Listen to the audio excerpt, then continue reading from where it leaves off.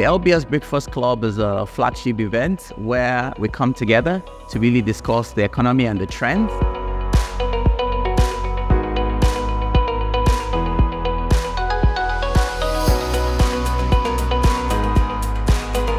The share of trade with Africa has increased from 29% to 35%. So the Chinese are trading more with Africa, supporting Africa with Belt and Road Initiative, and also acquiring assets when African countries default. US-China rivalry and competition continues. They call it co-opetition. They are competing on one hand, they are cooperating, but the biggest source of competition is currency values.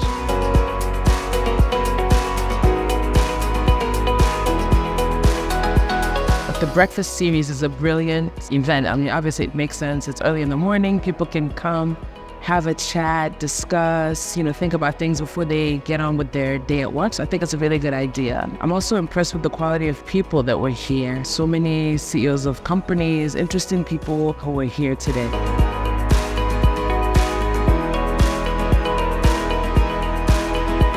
This particular session is very enlightening. We really have looked at the economy, and yes, there's some gloomy stories, but we also see some ray of hope down the tunnel.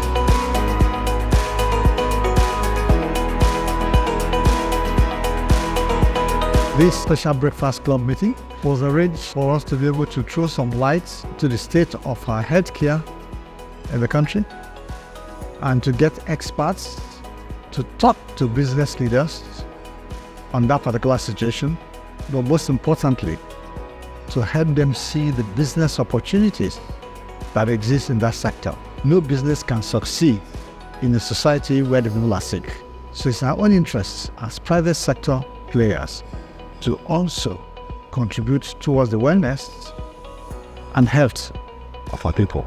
Not in form of charity, but to embed it as part of our business strategy.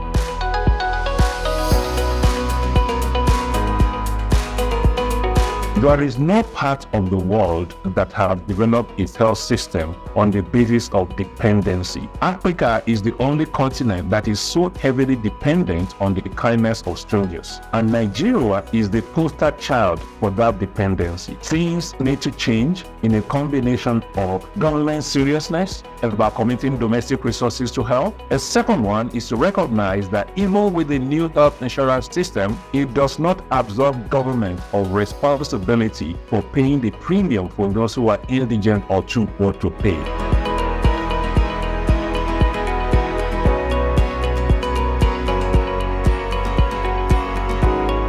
It's quite exciting to be here this morning, and it's quite interesting to see the proposal that is being made here today on how the private sector and the public sector can come together to build more sustainable models so that no one can actually be left behind, because the statistics showed us that 75% of Nigerians still pay out of pocket, and that is not good enough. A strong health advocacy and sustainable models like this is quite important on how the private sector can better contribute so that we can be able to sustain health outcomes, especially for people that are at the bottom of the pyramid.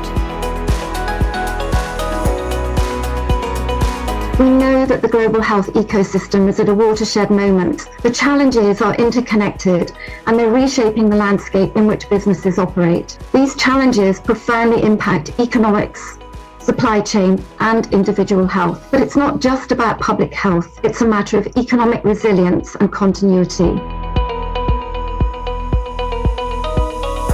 I think the message is very clear, very crisp, that this involves all of us. I think we see more that businesses can do.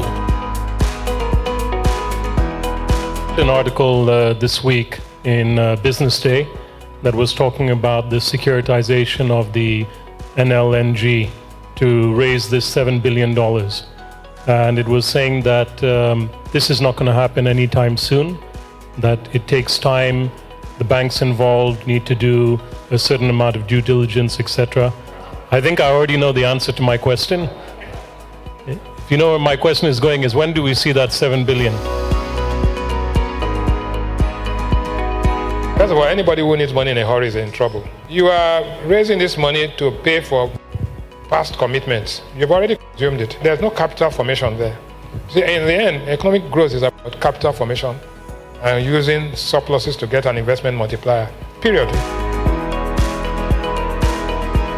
The key takeaways that I could gather from the discussions is basically the challenges in the Nigeria healthcare industry. We have issues around access to medication, subpar products in the market, high cost of healthcare. So these are some challenges which we identified in today's meeting. What is important is the private and public partnership, which I would say is very critical in pooling in the resources, because when private sector joins hands with the public sector, we would be in a better position to face the challenges in a more effective manner. What we also learned today was innovation in healthcare. We learned about use of artificial intelligence, we learned about Mobi Health, we learned about Digi Health, how it can help the healthcare system and how efficiently the healthcare system can work with all these support systems.